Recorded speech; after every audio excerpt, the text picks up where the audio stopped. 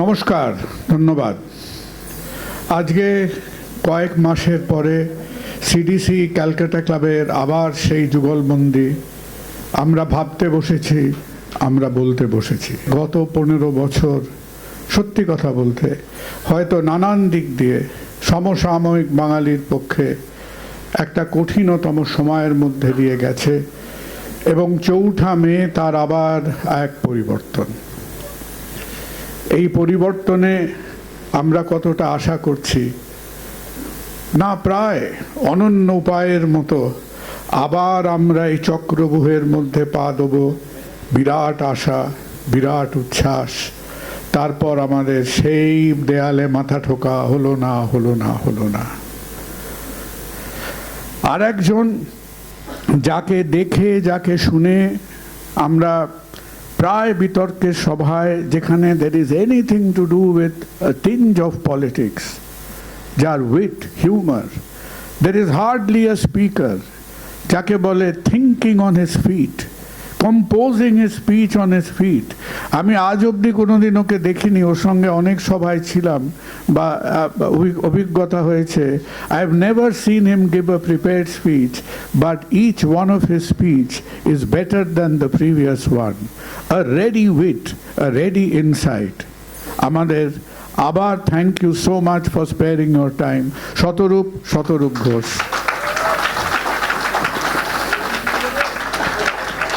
And if you want to know what Shatarup Ghosh is, that is Shatarup Ghosh, যে একদিকে social media কাঁপাচ্ছে, যে শতরূপ ঘোষ একদিকে কথা বলে যাচ্ছে, অন্যদিকে যখন সে কোথাও উচ্ছেদ দেখছে, যখন শতরূপ ঘোষ দেখছে যে মানুষের মধ্যে তার দাঁড়াবার প্রয়োজন, Shatarup is very much there. Thank you Shatarup, thank you ever so much. কিছু কিছু প্রফেশনাল সিনিক্স বা পেশাদার নৈরাশ্যবাদী আছেন, যুগে যুগে ছিলেন, এখনো আছেন, ভবিষ্যতেও থাকবেন। তারা পরিবর্তনটাকে দেখতে পাচ্ছেন না। আমি কিন্তু পরিবর্তনটাকে দেখতে পাচ্ছি, পজিটিভ পরিবর্তন। আমার খুব অবাক লাগলো এই সজল, শতরূপ, দীপশিতা, জাত সাহেবের সঙ্গে এক ভদ্রলোক টিভি চ্যানেল আলোকিত করে বসে থাকেন। নির্বাচনের 48 ঘন্টা আগে তিনি বলেছিলেন যে ভারতীয় জনতা পার্টি 110 ক্রস করবে না।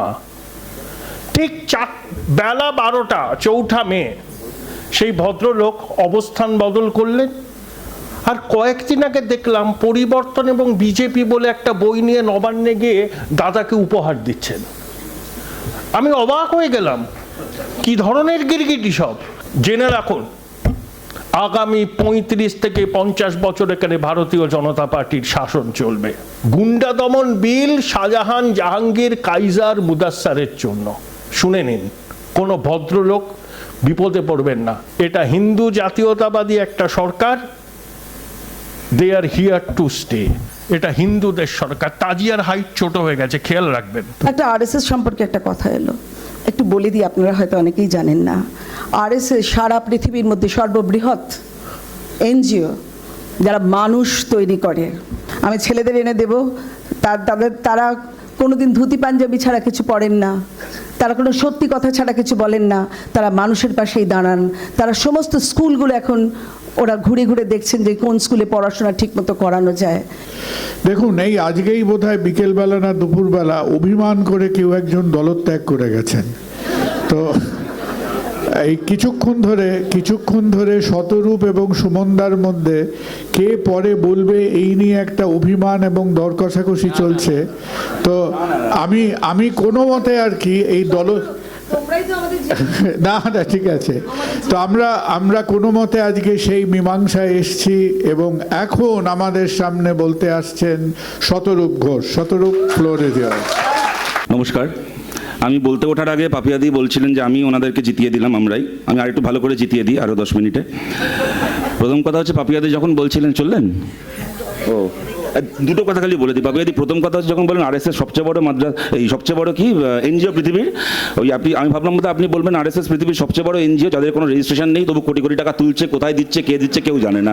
রেজিস্ট্রেশন কেন নেই জিজ্ঞেস করলে লোকে রেগে যায়। দিদি আপনার 10 মিনিটের বদলে আপনি 15 মিনিট বলেছেন এক দ্বিতীয় কথা, এখন I have the mic, you don't, so আমার কথাটাই শোনা যাবে, আপনারটা শোনা যাবে না। দ্বিতীয় কথা হচ্ছে আর একটা কি বললেন যে আরএসএস এর লোকেরা এখন স্কুলে স্কুলে ঘুরে বেড়াচ্ছে, মানে স্কুল ভালো করার জন্য, মানে নিজেই বললেন যে ওনাদের সরকারের শিক্ষামন্ত্রীগুলো গাবজাল দিচ্ছে, আরএসএস ঘুরে ঘুরে এখন স্কুল ভালো করছে। যাকগে, দেখুন এটাকে নিয়ে এখন যেটাকে নিয়ে আজকে আলোচনা হচ্ছে সেটা হচ্ছে যে পরিবর্তন, তারপরে উচ্ছ্বাস, তারপর হতাশা। দেখুন এটাকে নিয়ে না আমার নতুন করে বিরাট কিছু বিতর্কের জায়গা আছে বলে আমার এই কারণে মনে হয় না, কারণ মানুষের যেরকম একটা স্বাভাবিক জীবনচক্র আছে, আমাদের জন্ম আছে, কৈশোর, যৌবন, প্রৌঢ়ত্ব, বার্ধক্য, মৃত্যু, সেরকম এই পরিবর্তন, উচ্ছ্বাস, তারপর হতাশা, এটা কিন্তু গণতন্ত্রেরই একটা স্বাভাবিক জীবনচক্র। এটা বিজেপির সরকারের ক্ষেত্রেও সত্যি, তৃণমূল সরকার, বামফ্রন্ট সরকার, কংগ্রেস সরকার, যে কোনো সরকারের ক্ষেত্রেই কিন্তু এটা যুগে যুগে সত্যি। এটাকে নিয়ে বিরাট তর্কের কি অবকাশ আছে আমি জানি না, কিন্তু যাই হোক তবু এখানে তর্ক হচ্ছে এবং সেখানে আমি খুশি।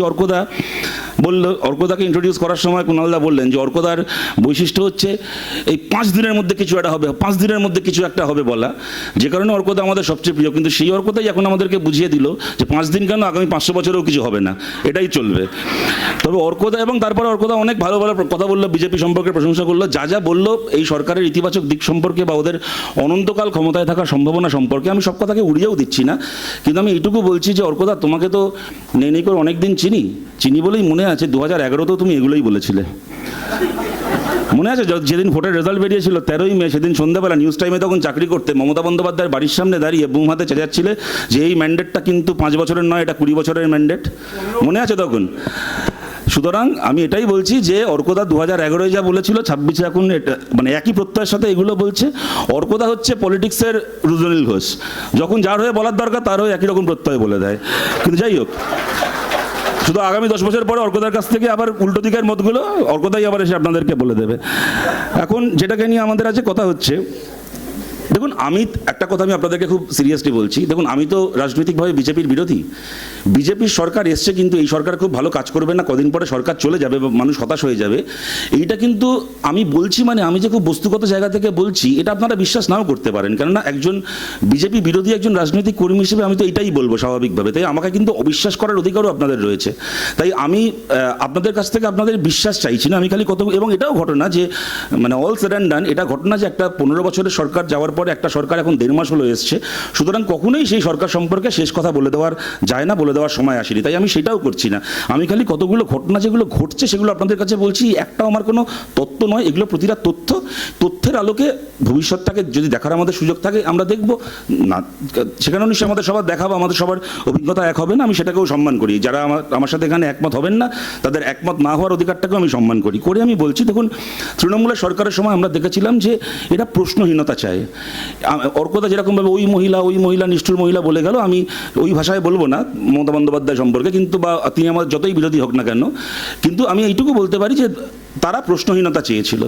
প্রশ্নহীন আনুগত্য চাওয়ার জন্য তারা কি করেছিল, তারা পশ্চিমবাংলা একটা বিরোধী, এবং ঘোষিতভাবে, কোনো অঘোষিতভাবে না, ঘোষিতভাবে একটা বিরোধী শূন্য রাজনৈতিক পরিষদ তৈরি করেছিল, যেখানে কিনা সরকার আমি চালাবো, কিন্তু বিরোধীরাও আমার কথাতেই চলবে, বিরোধীও আমার কন্ট্রোলেই থাকবে, আমার নিয়ন্ত্রণেই থাকবে।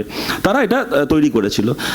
এখানে আমরা কি দেখছি, এবং সেটা করতে গিয়ে কি, যে অপরাধীদের শাস্তি দেওয়ার বদলে তাদের সঙ্গে আমি একটা রাজনৈতিক চুক্তি করব, যে তুমি আমার সঙ্গে থাকো, তোমার অপরাধের কোনো শাস্তি হবে না, তার বদলে আমি যাতে মানে বিধানসভা থেকে শুরু করে পঞ্চায়েত, পুরসভা সব কিছু বিয়ন্ড কোয়েশ্চেন আমি যেন চালাতে পারি, আমি যেন প্রশ্নহীন একটা পরিবেশ পাই, সেটা তুমি গ্যারেন্টি করো। এরা কি করছেন, আজকে কিছু লোক গ্রেপ্তার হচ্ছে, আমাদের খুব আনন্দ হচ্ছে। আচ্ছা, যারা এটা আমাদের কখনো এটা মনে হয় না, যারা হেরেছে, এই সুজিত বোস, সব্যসাচী দত্ত, যারা এবার জিততে পারেনি, যারা হেরে গেছে, এই দেবরাজ, যার স্ত্রী অদিতি মুন্সি বিধায়ক ছিলেন, দেবরাজ গ্রেপ্তার হলেন, অদিতি মুন্সি আবার হেরে গেছে, হেরে যাওয়াগুলোই কেন গ্রেপ্তার হচ্ছে? আর জিতে যাওয়া ববি হাকিম, জিতে যাওয়া জাভেদ খান, জিতে যাওয়া হচ্ছে এদের যত ক্রিমিনালগুলো রয়েছে তৃণমূল কংগ্রেসের, এক্স-বারকার এক ক্রিমিনাল বিধায়ক, তারা কেন গ্রেপ্তার হবে না? এটা কি কাকতালীয়? আপনারা কে আছেন বলুন তো যিনি এটা বিশ্বাস করেন যে আজকে যদি এই যে আজকে শওকত মোল্লা হেরে গেছে আর জাভেদ খান জিতে গেছে, শওকত মোল্লা জেলে আর জাভেদ খান এখন ভালো তৃণমূল, যদি রেজাল্টটা ঠিক উল্টো হতো, যদি শওকত জিততো, যদি জাভেদ খান হারতো, আপনারা জানেন না আজকে জাভেদ খান জেলে থাকতো আর শওকত মোল্লা এখন ভালো তৃণমূল হয়ে ঋতব্রত ব্যানার্জির সঙ্গে বিধানসভায় থাকতো? আপনারা জানেন না এটা? আমরা কেউ এটা জানি না? সুতরাং এই যে একটা মানে আমি কিন্তু অ্যাবসলিউট মানুষ আমাকে মেজরিটি দিয়েছে, আমি কিন্তু এমনি সরকার চালাতে পারবো, কিন্তু প্রশ্নহীন সরকার চালাতে গিয়ে অপরাধীদেরকে হঠাৎ করে বিপ্লবী বানিয়ে ফেলার এই যে রাজনীতি করছে, এটা কি তৃণমূলের রাজনীতিরই একটা এক্সটেনশন নয়? এখানে সজলদা এখানে আছে, সজলদাকে আমি অনেকদিন ধরে চিনি এবং সত্যি সত্যি একটা সময় তৃণমূল করেছে, কিন্তু পরবর্তীকালে তৃণমূলও ওর ওপর, ওর পরিবারের ওপর অত্যাচার করেছে, আমরা সবাই তার সাক্ষী, এবং ও রাস্তায় দাঁড়িয়ে তৃণমূলের বিরুদ্ধে লড়েছে, আমার এই নিয়েও কোনো সন্দেহ নেই। এই সজলদাকে আমরা দেখলাম বলতে ভোটের পরে অনেক লোক যারা দুপুর 12টার পরে তৃণমূল থেকে বিজেপি হচ্ছে তোমাদেরকে আমি নেব না, খুব ভালো কথা। তারপরে দেখলাম এই সজলদাই কেক কাটছে, জন্মদিন ছিল সজলদা তোমার না কি এটা ছিল, কেক কাটছে, সেখানে মনীষ মুখার্জি রাজারহাট গোপালপুর পুরসভা তৃণমূলের এখনো অব্দি কাউন্সিলর, সে দেখি দাঁড়িয়ে দাঁড়িয়ে হাততালি দিচ্ছে, আমার দাদা জন্মদিন কেক কাটছে কি সুন্দর বলে তৃণমূলের কাউন্সিলরদেরকে নিয়ে কেক কাটছে। এরকম আরও ছবি ছবি দেখলাম আমি বিদ্যাসাগর কলেজের যা আছে, আমি ঠিক আছে আমি একটা উদাহরণ হিসেবে এটা দিলাম, আমি কিন্তু তাতে কিন্তু সজলদার তৃণমূল বিরোধী 2026 সরকার পাল্টানোর আগে অব্দি সজলদা যে তৃণমূলের বিরুদ্ধে লড়েছে, আমার কিন্তু আমি ব্যক্তিগতভাবে আপনাদেরকে বলছি আমার তাই নিয়ে কোনো সন্দেহ নেই। কিন্তু আবার এটা যেটা হচ্ছে এটাও সত্যি, পাপিয়া দিয়ে এখানে চলে গেলেন, এই পাপিয়া অধিকারী 1.5 মাসের মধ্যে কিরকম মাফিয়া অধিকারী হয়ে গেল টালিগঞ্জের। আপনাদেরকে নাম বলছি আমি এখানে, অনেক বললেন তো আমাকে 2 ভাই ব্যান করেছিল, অরূপ বিশ্বাসের কথা বললেন, স্বরূপ বিশ্বাসের পিএ ছিল অরিজিৎ বোস। এই অরিজিৎ বোস হচ্ছে এখন পাপিয়া অধিকারী ছায়াসঙ্গী, যে অরিজিৎ বোসকে নিয়ে সোমনাথ কুণ্ডুর মতো জাতীয় পুরস্কার পাওয়া আমাদের বাংলার গর্ব একজন মেকআপ আর্টিস্টকে পরশুদিন ব্যান করে দেওয়ার হুমকি দিয়েছেন। অরিজিৎ বোস থেকে শুরু করে জয় চন্দ্র, বাপি মালাকার, বিশ্বজিৎ দাস, আমি নাম বলে যেতে পারি একটার পর একটা, সব কটা স্বরূপ বিশ্বাসের ছায়াসঙ্গী ছিল, তারা এখন পাপিয়া অধিকারী ছায়াসঙ্গী। এবং অরূপ বিশ্বাসের যে পার্টি অফিস থেকে টালিগঞ্জকে কন্ট্রোল করা হতো, ওই অনির্বাণ ভট্টাচ থেকে শুরু করে সবাইকে ব্যান করা হবে, ঋদ্ধি সেনদেরকে ব্যান করা হবে, ব্যান কালচার চালানো হতো, সেই পার্টি অফিসে বসে পাপিয়াদিরা কি কনফেডারেশন বানিয়েছেন, তার ফর্ম বিলি করা হচ্ছে। ওই অরূপ বিশ্বাসের পার্টি অফিস থেকে পাপিয়া অধিকারীরা ফর্ম বিলি করছে, এবং সেখানে আপনি ক্যামেরা ছেড়ে দিন, যার ক্যামেরা মোবাইল আছে, মোবাইল ক্যামেরা নিয়ে পর্যন্ত পার্টি অফিসের ভেতর ঢোকা যাবে না, এমন গোপন ফর্ম সেখান থেকে দেওয়া হচ্ছে। এই জিনিস চলছে এখন টালিগঞ্জে। এখানে অর্কদা বলার সময় বললেন যে বিশ্বনাথ চক্রবর্তীকে ইন্ডিকেট করলেন, আমি নাম করেই বলছি যে আর ভোটের আগে বলেছিল যে বিজেপি সরকারে আসতে পারবে না, ভোটের পরে সরি সেই 1 মাসের মধ্যে বই লিখে ফেলে এসব গিরগিটি এখন শুভেন্দু অধিকারীকে দিচ্ছে। তো দাদা শুভেন্দু অধিকারীর কাছে তুমি চাইলে কালকে যেতে পারবে, রাজ্যের মুখ্যমন্ত্রী তো, আমি পারবো, এখানে যারা আছে তারা পারবে। শুভেন্দু অধিকারীকে কে বলেছিল গিরগিটিগুলোকে নবান্নে ডেকে নিতে? কেউ বলেছিল? মমতা বন্দ্যোপাধ্যায় তো এই রাজনীতি করেছিলেন। 2011-এর আগে যারা রাস্তায় দাঁড়িয়ে মারধর খেয়ে লড়াই করে আমার সঙ্গে ছিল, তাদেরকে বাতিলের খাতায় ফেলে দিয়ে যারা 2011-এর পরে হঠাৎ করে তৃণমূল হয়ে উঠলো, তাদেরকে বুকে টেনে নিলেন। মমতা বন্দ্যোপাধ্যায় সেই অপরাধটা করেছিলেন, তার শাস্তি আজকে পেয়েছেন। একই জিনিস আজকে যদি শুভেন্দু অধিকারীর কাছে কোনো গিরগিটির তো ধর্ম হবে সবসময় ক্ষমতার কাছে যাওয়া, কিন্তু যে ক্ষমতায় আছে সে যদি এই চেক অ্যান্ড ব্যালেন্সটা না রাখে, তাহলে দোষটা খালি গিরগিটির হয়ে গেল, দোষটা মগ ডালের হলো না, যে ডালে গিরগিটি উঠে যাচ্ছে। আমি আপনাদেরকে বলছি, ধরুন ব্রাত্য বসুর আমরা একটা শুনেছিলাম, ওনার একটা ক্লিপ দেখবেন মাঝে মধ্যেই ভাইরাল হয়, উনি বলছেন যে ঠিক আছে পরীক্ষা হবে, সব হবে, কিন্তু চাকরি তৃণমূল ছাত্র পরিষদ যে ছেলেমেয়েরা করে তারাই খালি পাবে। কিভাবে পাবে, কেন পাবে সেটা আমি এখন বলবো না, কিন্তু তৃণমূল ছাত্র পরিষদ করা ছেলেমেয়েরাই শুধুমাত্র চাকরি পাবে। দলতন্ত্র, একজন মন্ত্রী দাঁড়িয়ে থেকে বলছেন যে আমি খালি আমার দলের রং দেখে চাকরি দেব, সরকারি চাকরি, কোনো প্রাইভেট চাকরি নয় বা কিছু না, সরকারি চাকরি আমি খালি আমার পলিটিক্যাল পার্টির ছেলেদেরকে দেব। এটা অন্যায়, অপরাধ, তার বিরুদ্ধে সমালোচনা হয়েছে, সব হয়েছে, আমরা সবাই করেছি, দলমত নির্বিশেষে আমরা করেছি। আজকে বলুন, আজকে একটা সরকার, মুখ্যমন্ত্রী তিনি দাঁড়িয়ে সরকারের পলিসি ঘোষণা করছেন যে বিজেপি পরিবার থেকে লড়তে গিয়ে যারা যারা শহীদ হয়েছিল, খালি বিজেপি পরিবার থেকে রাজনীতি করতে গিয়ে শহীদ হওয়ারা মাসে 10,000 টাকা করে কি সংগ্রামী কি একটা পাবেন। তা বলুন তো, ব্রাত্য বসুর এই বক্তব্যের সঙ্গে আজকের বিজেপি সরকারের এই পলিসির কি তফাৎ? আমাদের একটা 21 বছরের ছেলে ছিল সুদীপ্ত, পিঠে একটা বইয়ের ব্যাগ নিয়ে একটা মিছিলে গেছিল, মমতা ব্যানার্জির পুলিশ তার মাথায় এমন লাঠির বাড়ি মেরেছিল, মাথার ঘিলুটা ছিটকে রাস্তায় পড়েছিল। সুদীপ্ত কি অপরাধটা করলো, তার পরিবার কেন পাবে না ক্ষতিপূরণ? আজকে আমি বলছি, আপনি সিপিএম, কংগ্রেস, তৃণমূল, বিজেপি ছেড়ে দিন, পুলিশের গুলিতে যারা মমতা ব্যানার্জির আমলে পুলিশের গুলিতে বাংলার যে ছেলে মেয়েগুলো মারা গেছে, যাদের প্রাণ গেছে, তাদের পরিবারগুলো কেন যে ক্ষতিপূরণ পাবে না? পাক, বিজেপির যারা রাজনৈতিক কর্মী, মানে রাজনীতি করতে গিয়ে খুন হয়েছেন রাজনৈতিক কারণে, তারা ক্ষতিপূরণ পাক, আমার সেখানে বলার কিছু নেই, কিন্তু সেইটা শুধুমাত্র যারা বিজেপি করে তারা পাবে, বাকিরা কেন পাবে না? ব্রাত্য বসুর পলিসির সাথে এইটার কি পলিসির তফাৎ আছে বলুন তো? তৃণমূলের আমলে যদি কোনো একটা জিনিস নিয়ে সবচেয়ে সমালোচনা হয়ে থাকে তা হচ্ছে চুরি, দুর্নীতি, এই কয়লা চুরি, বালি চুরি, গরু চুরি, চাকরি চুরি, সব চুরি হয়েছে। বিজেপি আসার পরে নতুন চুরি যোগ হয়েছে, মন্দিরের প্রণামী বাক্স চুরি। বলুন তো, সিপিএমকে নিয়ে এদের এত বক্তব্য, ধর্ম ইত্যাদি, আমরা নাকি ধর্মের অপমান করি, হ্যান করি, ত্যান করি। কোনোদিন শুনেছেন বামফ্রন্ট সরকারের আমলে কোনো সিপিএমের এমএলএ, কোনো সিপিএমের এমএলএর বর, বউ, নাতি, নাতনি কেউ মন্দিরের পুরোহিতকে, সেবায়তকে ফোন করে বলেছে যে প্রণামীর বাক্সটা রোজ সন্ধ্যেবেলা আমার বাড়িতে এসে জমা দিতে হবে? বলেছে কে? বিজেপির লোকেরা বলেছে। ধর্মের নামে মন্দির বানানোর নাম করে রাম মন্দির বানিয়ে রাম মন্দিরের ফান্ড চুরি করে, পানিহাটিতে মন্দির বানিয়ে পানিহাটির মন্দিরের ফান্ড চুরি করে। আর সেটা প্রকাশ্যে এসছে কোত্থেকে? সন্ময়দা এখানে উল্টো দিকে বসে আছেন, কিন্তু আমি থ্যাঙ্কফুল সন্ময়দার কাছে। সন্ময়দার জন্য এটা বাংলার মানুষ জানতে পেরেছে। ওখানে পানিহাটির যিনি এমএলএ হয়েছেন রত্না দেবনাথ বিজেপির, তার হাজব্যান্ড ওখানকার প্রণামীর বাক্স সেবায়তকে ফোন করে বাড়িতে চেয়ে পাঠাচ্ছে। আচ্ছা, পাপিয়া অধিকারী কতক্ষণ বলেছেন দেখেছি, নিজের বেলা বলেছেন, তারপর আবার আমি বলার সময় এখানে এসে বলেছেন। আমি আমার কথাটাকে জাস্ট শেষ করছি দুটো লাইন বলে, দুটো সেন্টেন্স বলে খালি। এক, অর্কদা প্রথমে একটা উদাহরণ দিলেন যে গুন্ডা দমন বিল হবে, জাহাঙ্গীর শাহজাহানদেরকে ধরার জন্য কোনো ভদ্রলোকের তার জন্য ভয় পাওয়ার দরকার নেই। মুশকিল হচ্ছে জাহাঙ্গীর শাহজাহান অলরেডি জেলে আছে। অর্থাৎ জাহাঙ্গীর শাহজাহানদেরকে, আমি খালি ব্যক্তি শাহজাহানের কথা বলছি না, জাহাঙ্গীর শাহজাহানদেরকে ধরার জন্য তার মানে কোনো নতুন আইন লাগে না। ভারতের যে এক্সিস্টিং সেট অফ লজ আছে তাই দিয়েই জাহাঙ্গীর শাহজাহানদেরকে ধরা যায়। সুতরাং এইটা জাহাঙ্গীর শাহজাহানদেরকে ধরার জন্য নয়, এটা কোনো গুন্ডা দমন না, এটা বিরোধী দমন আইন। আর অর্কদা, তুমি একটা কথা বলার সময় বললে তাজিয়ার হাইট ছোট হচ্ছে দেখছেন, এতে তোমার কি সুখ হচ্ছে আমি জানি না, বা তাজিয়ার হাইট বড় হলে তোমার ব্যক্তি জীবনে কি আটকে থাকতো। কিন্তু আমি একটা জিনিস বলছি অর্কদা, কদিন আর খালি তাজিয়ার হাইট মাপবে? তাজিয়ার হাইট ছোট হচ্ছে, কিন্তু পেট্রোলের দাম বাড়ছে, ডিজেলের দাম বাড়ছে, রান্নার গ্যাসের সিলিন্ডারের দাম বাড়ছে, স্কুল কলেজের অ্যাডমিশন ফি বাড়ছে। যেদিন তাজিয়ার হাইট ছেড়ে পেট্রোল ডিজেলের দাম, স্কুল কলেজের অ্যাডমিশন ফি, রান্নার গ্যাসের দাম মাপতে শিখবে, সেদিন দেখবে খালি তাজিয়ার হাইট কমছে না, মানুষের জীবনের দামও কমছে।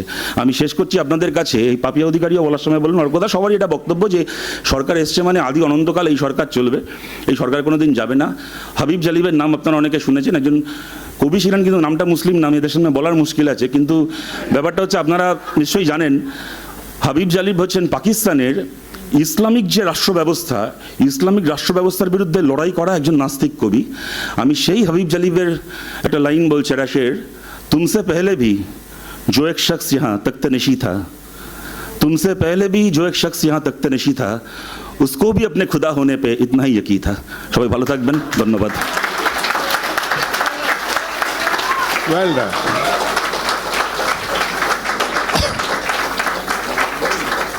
শতরূপ প্রায় একটা মেশিন গান অ্যামিউনিশনের মতো, মেশিন গান না, আজকাল কি বলে AK-47, so he was firing away like an AK-47। এবং যার ইদানিং সময় করা একটা ফান্ডামেন্টাল ইনভেস্টিগেশন নিয়ে শতরূপ কথাটা বলল, পানিহাটির ঘটনাটা নিয়ে। আর ফার্দার সময় নষ্ট না করে এবার ডেকে নেব সন্ময় বন্দ্যোপাধ্যায়কে। Sanmoy, year turn now. বলে আমি শতরূপ দীপশিতার প্রতি শ্রদ্ধা, মানে আমি তাদের প্রতি তাদের আদর্শগত অবস্থানকে শ্রদ্ধাকেই বলছি। 2010 সালে যখন বুদ্ধদেব ভট্টাচার্য সরকার থেকে চলে গিয়েছিলেন, তখন ওবিসি ঠিক 11 গিয়েছিলেন, ওবিসি একটা স্পেশাল আইন এনে 46 জন নতুন কমিউনিটিকে ওবিসিতে ঢোকানো হয়েছিল, তার মধ্যে 45 জন মাইনরিটি কমিউনিটি। প্রশ্ন তো সেকুলারিজম নিয়ে সেখান থেকেই ওঠে। জ্যোতিবাবু ইসরায়েলে গিয়েছিলেন, কোন শিল্প পশ্চিমবঙ্গে এসছেন, যেখানে হকাররা, যাদের জন্য দীপশিতা শতরূপটা আন্দোলন করছেন, ওই হকারের ছেলেমেয়েরা সেই শিল্পে চাকরি পায়। এই শতরূপ থেকে শুরু করে, ওর একটাই রূপ, নাম শতরূপ। হ্যাঁ, সাঁইবাড়িতে পুলিশ যায়নি, সম্পত্তি বাজেয়াপ্ত হবে তাতেও আপত্তি। আচ্ছা আপনি বলুন তো, এদের তো হয়নি। আজকে বলুন দাঁড়িয়ে, যারা এই ধরনের কাজ করবে তাদের সম্পত্তি বাজেয়াপ্ত হওয়ার পক্ষে না এই হাউস বিপক্ষে? আরে প্রিভেন্টিভ অ্যারেস্ট, প্রিভেন্টিভ মানে কি? শতরূপকে তো নিয়ে কেউ প্রিভেনশন করছে না যে ও দাঙ্গা বাঁধাতে পারে, ও গন্ডগোল করতে পারে। যাকে নিয়ে সমাজে যে অলরেডি স্টিগমাইড, যার গায়ে দাগ আছে, টেন্টেড এখনকার ভাষা অনুযায়ী, নিশ্চয়ই তাকে প্রিভেন্টিভ অ্যারেস্ট প্রয়োজন হলে করতে হবে। যারা ভারতবর্ষের নামটা কোনোদিন মুখে আনেনি, সেই লেনিন হোচিমিনদেরও নাম পরিবর্তন হবে রাস্তায়, সুরাবর্দী আর হোসেন পোসেন বলে নয়। যারা ভারতবর্ষের কোনো কাজে লেগেছে কিনা আমরা সেদিকটা দেখব। ওরা যেন ভুলে না যায় তামান্নার হত্যাকারীকে এই সরকার আসার পরেই গ্রেপ্তার করেছে। 15 বছর ধরে মমতা ব্যানার্জির এত অপরাধ দেখলো, এই শতরূপ এত লেলিন পড়লো, দীপশিতারা এত লেলিন পড়লো, কেউ একবার 5 দিনের জন্য জেলও কাটলো না। আমি বলছি ওরা মৌলবাদিতার বিরোধিতা করে এরমভাবে যে ধর্মতলায় দাঁড়িয়ে বিকাশ ভট্টাচার্য আর মোহাম্মদ সেলিম গরু খাবে, তার নাম হচ্ছে ধর্মনিরপেক্ষতা। থ্যাংক ইউ সজল। শতরূপ, আমি বলার আগে 2 রাউন্ডে বেল পড়ে যাওয়ার পরে বাকিরা যতক্ষণ বলেছেন আমি তার থেকে বেশিক্ষণ বলবো না। আমার প্রথম কথা সন্ময়দাকে বলি, রঙ্গনাথ মিশ্র কমিশনের রেকমেন্ডেশন অনুযায়ী বুদ্ধদেব ভট্টাচার্য মুসলিম ওবিসিদেরকে রিজার্ভেশনের আওতায় এনেছিলেন। রঙ্গনাথ মিশ্র কমিশন অ্যাপয়েন্ট করেছিলেন কংগ্রেস সরকার, যে কংগ্রেসের সেই সময় আপনি একজন কাউন্সিলর ছিলেন। দ্বিতীয় কথা, যেরকম উনি বললেন যে অনেক বিদেশ সফর থেকে শিল্প এসছে কি না এসছে, আছে মেলোনিকে মেলোডি চকলেট দিয়ে কোন শিল্প এলো আমাদের ভারতে? সুতরাং বলতে গেলে এখন সময় থাকলে অনেক কথা বলা যায়। 3 নম্বর, আমার প্রিয় সজলদা একটা কথা ঠিকই বললো যে ওর নাম শতরূপ, কিন্তু ওর একটাই রূপ আছে। ঠিকই বলেছে, আমার সজলদার নাম শতরূপ নয়, কিন্তু 3টে রূপ আছে, কখনো কংগ্রেসের পতাকা নিয়ে, কখনো তৃণমূলের পতাকা নিয়ে, কখনো বিজেপির পতাকা নিয়ে। সজলদা, আমি 5 দিন না 8 দিন জেলে ছিলাম এই গত 15 বছরের সময়কালের মধ্যে। 8 দিন জেলে ছিলাম, যাক সেটা বড় কথা নয়। বড় কথা হচ্ছে যে ধর্মতলায় মোহাম্মদ সেলিম গরুর মাংস খাননি, কিন্তু যেটা ইম্পর্টেন্ট সেটা হচ্ছে সজলদার পার্টি বিজেপি গরুর মাংস বিক্রি করা কোম্পানি আল্লানা ইন্ডাস্ট্রিজের কাছ থেকে 550 কোটি টাকা ইলেকট্রাল বন্ড খেয়েছে। সজলদার নামে বর্ণগড়ে যে বিজেপির পতাকাগুলো লাগানো হয়েছিল, গরুর মাংস, গরুর রক্ত, গরুর হাড় বিক্রি করা টাকায় সজলদা বিধানসভা ভোটে লড়ে এমএলএ হয়েছে। 3 নম্বর কথা হচ্ছে যে সাঁইবাড়ির সময় কোনো পুলিশ আসেনি। দাদা, সাঁইবাড়ির সময় তো আমাদের পুলিশ ছিল না, ছিল কংগ্রেসের পুলিশ। তোমার বাবা সেই কংগ্রেসের নেতা ছিলেন, প্রদীপ দাস। এই সময় তুমি তখনও তোমার জন্ম হয়নি বোধহয়, বা না তখনও তোমার জন্ম হওয়ার কথা নয়, 70-71 সালে। কিন্তু কেন পুলিশ আসেনি কংগ্রেসের নেতাদেরকে জিজ্ঞেস করতে হতো। তুমি এত বছর সময় পেয়েছিলে, তোমার বাবাকে গিয়ে প্রশ্ন করতে পারতে, এখন আমাকে করে কি হবে? না, এখন বেল বাজাও ভাই, কিন্তু আমি দেখেছি বাকিরা কতক্ষণ বলেছে। 4 নম্বর কথা হচ্ছে যে তমন্নার খুনিদেরকে ধরেছে শুভেন্দু অধিকারী সরকার। ঠিক কথা, একটা সরকারের কাজ খুনিদেরকে ধরা। ওনার কাছে দাবি করা হয়েছিল, বিকেলবেলায় সন্ধ্যেবেলায় ধরেছেন, আমরা তার জন্য কৃতজ্ঞ। শুভেন্দু অধিকারীর পিয়ের খুনিগুলোকে কবে ধরবেন? 4-4টে পিয়ে খুন হয়ে গেল, নিজের পিয়ের খুনিগুলোকে কবে ধরবে? 5 নম্বর কথা, আমার জন্য নাকি গুন্ডা দমন আইন নয়। যাই হোক, আমি বলছি কি, অরবিন্দ কেজরিওয়ালও তো ছাপমারা গুন্ডা ছিলেন না, প্রবীর পুরকায়স্থও তো ছাপমারা গুন্ডা ছিলেন না।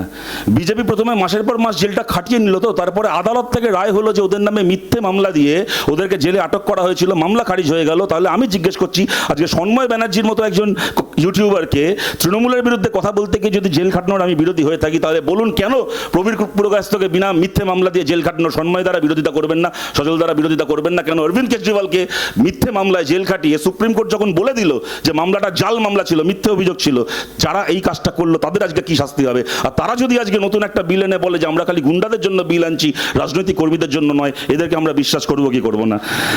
তারপরের কথা হচ্ছে যে হকার উচ্ছেদকে অপারেশন সানশাইন কেন বলা হয়েছিল জানেন? তার কারণটা হচ্ছে প্রত্যেকজন হকারকে পুনর্বাসন দেওয়া হয়েছিল, প্রত্যেকজন হকারকে, একজনও বাদ ছিল না।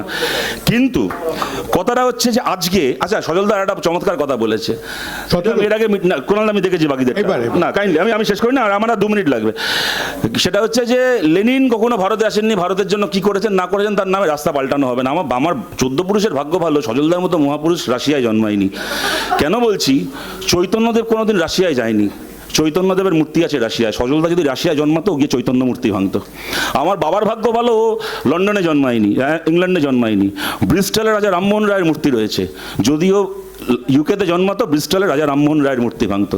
আমরা ভারতীয় হিসেবে আমার গর্ব, এই পৃথিবীতে কোন রাষ্ট্রনেতার নামে পৃথিবীর সবচেয়ে বেশি দেশে রাস্তার নাম আছে আপনারা অনেকে জানেন, তার নাম হচ্ছে মহাত্মা গান্ধী। বলুন তাহলে সেই রাস্তাগুলোর নাম পাল্টে দেওয়া উচিত? মহাত্মা গান্ধী সেই দেশে কখনো যাননি বা সেই দেশের জন্য কিছু করেননি বলে? আমি বলছি আমার 14 গোষ্ঠীর ভাগ্য ভালো, এসব প্রতিভাবান আমাদের সঙ্গে আছে। যা জ্বালার পুরার আমরা পড়ি, অন্ততপক্ষে রামমোহন রায়, মহাত্মা গান্ধীরা এই আপদগুলোর হাত থেকে রক্ষা পাক। আমার শেষ কথা, দেখুন আপনাদের কাছে হকার উচ্ছেদ নিয়ে অনেক কথা ইত্যাদি হয়েছে, ব্যঙ্গ বিদ্রুপ, আমি এই পরিসরে তার সবার উত্তর দিতে পারবো না। আমি সন্ময়দাকে যদি আমি ঠিক চিনে থাকি, আমি জানি সন্ময়দার আন্তরিকভাবে বলেছেন যে হকারের ছেলেমেয়েরাও ইন্ডাস্ট্রি আসুক, সেখানে চাকরি পাক, নিশ্চয়ই এটা ওনারা চান। কিন্তু মুশকিলটা হচ্ছে যে হকারের ছেলেমেয়েটার আজকে সকালবেলা পিঠে একটা ব্যাগ নিয়ে স্কুলে যাওয়ার কথা ছিল, তাকে সেই সুযোগটা না দিয়ে, তাকে তার শিক্ষাটাকে শেষ করার সুযোগটাকে না দিয়ে, যদি তাকে তার বাবার দোকানের ধ্বংসস্তূপের ওপর বসে চোখের জল ফেলতে হয়, আর স্কুলের ব্যাগটা কাঁধ থেকে নামিয়ে রেখে তাকে তাকে কোনোদিন কোনো ইটভাটায় এখন শিশু শ্রমিক হয়ে চলে যেতে হয়, তাহলে আপনি তো সন্ময়দা তাকে সেই অপরচুনিটি দিলেন না যে সে যে তার বাবা মায়ের হকারির পেশাকে অতিক্রম করে গিয়ে আরও সম্মানের একটা জীবন বাঁচবে, তাকে সেই অপরচুনিটি দেওয়ার আগে তো তার সেই মইটাকে কেড়ে নিলেন, আমরা তা কেড়ে নিলাম। আমি একটাই দেখুন, আপনাদের ভাবার জন্য, আপনাদের বিবেচনার জন্য একটা কথা এখানে বলছি। আমি আমার এর আগেও বলার সময় বলেছিলাম যে আমি যে কথাগুলো বলছি আমার রাজনৈতিক অবস্থান থেকে বলছি, আপনারা আমায় কেনই বা বিশ্বাস করবেন, কিন্তু আপনাদের বিবেকের কাছে, আপনাদের বিবেচনার কাছে বলছি। দেখুন, একটা সরকার যেই জিতে আসে সে কতগুলো ক্ষমতা নিয়ে আসে, সে কতগুলো দায়িত্বও নিয়ে আসে। যে কোনো সরকারের ক্ষমতা থাকে বুলডোজার দিয়ে দোকান ভেঙে দেওয়ার, যে কোনো সরকারের দায়িত্বও থাকে যে মানুষের কাজ করার ক্ষমতা আছে তাকে তার যোগ্যতা অনুযায়ী একটা কাজ দেওয়ার, যে কোনো সরকারের ক্ষমতা থাকে এক বুলডোজার দিয়ে ঝুপড়ি ভাঙার, বস্তি ভাঙার, তার দায়িত্বও থাকে মানুষের মাথার উপর পাকা ছাদ করে দেওয়ার। ভালো কি হতো না, নতুন সরকার এসছে, 60 দিন হয়েছে কি এখনো 60 দিনও হয়নি, সব সত্যি কথা, কিন্তু ভালো কি হতো না, এদের ক্ষমতা আছে, আমি অস্বীকার করছি না, মানুষ রায় দিয়ে সেই ক্ষমতা দিয়েছে, আমি সেটাকে অস্বীকার করার কে, কিন্তু ভালো কি হতো না যদি এই গণতান্ত্রিক ব্যবস্থায় কেউ একজন ক্ষমতার আস্ফালন দেখানোর আগে দায়িত্বটাকে পালন করতো, দায়িত্বটাকে পালন করে আপনি চাকরিটা দিয়ে তারপর তার দোকানটা ভাঙুন, আপনি তাকে একটা আবাস যোজনায় ঘরটা দিয়ে তারপর তার ঝুপড়িটাকে ভাঙুন, নাহলে কার শখ করে কে ঝুপড়িতে থাকে বলুন তো। সুতরাং যদি এই দায়িত্বটা ওরা পালন করতো ক্ষমতার আস্ফালন দেখানোর আগে, তাহলে হয়তো আরও খোলা মনে এদেরকে একটু সময় দিতে আমার সুবিধা হতো। কিন্তু হ্যাভিং সেড দ্যাট, এটা সত্যি আমি সময় দিতে চাই কি চাই না তাই দিয়ে কিছু যায় আসে না, মানুষ সময় দিচ্ছেন, দেবেন, বিচার করবেন, তারপরে যা সিদ্ধান্ত আমরা সেই দিকে তাকিয়ে থাকবো। ধন্যবাদ। Thank you Shatarup.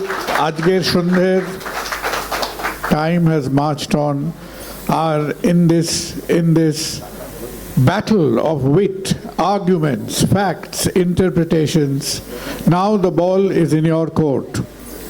আপনারা যারা এই সন্ধ্যের সবাইয়ের বক্তব্য শুনে আপনারা ঠিক করছেন যে আপনারা এই সভার মতামতের বিপক্ষে, অর্থাৎ সজল, সন্ময়, অর্কপ্রভ পাপিয়া ছিলেন, পাপিয়া বলে গেছেন, যারা আপনারা এদের মতের সঙ্গে সমত আপনারা হাত তুলুন। পরিবর্তন, হতাশা, উচ্ছ্বাস, পরিবর্তন, উচ্ছ্বাস, হতাশা এর পুনরাবৃত্তি হবে কি হবে না, এই 2 মাসের মধ্যে আমরা কিছু হাত দেখতে পাচ্ছি which is in the favor of the opposition. এদের পক্ষে, against the motion, আমাদের পক্ষে কনফিউজ করছেন প্রথম থেকেই। না, না। আর আমি বলবো ফলাফলটাও টাই বলবেন, উনি বলবেন টাই হয়ে গেছে। এই কায়দাটা সজলদা ভালো জানে, এইভাবেই পার্লামেন্টে আচ্ছা, এবার যারা আপনারা মনে করলেন যে এদিকে সুমনদা, শতরূপ, দীপশিতা, আজাদ, আপনারা এদের পক্ষে, যে আমরা এখনো একটু ভয় পাচ্ছি যে পুনরাবৃত্তি হলেও হতে পারে, please put your hands up. বেশ কিছু নোটা আছে, বুঝতে পারা যাচ্ছে।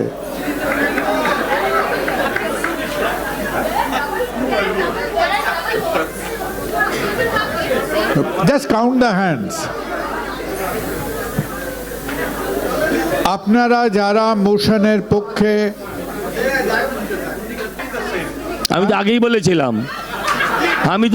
বলেছিলাম এখনো আজকে মর্নিং শোজ দ্য ডে, আজকের সিডিসি ক্যালকাটা ক্লাব মনে করছে it is too early to pronounce the verdict.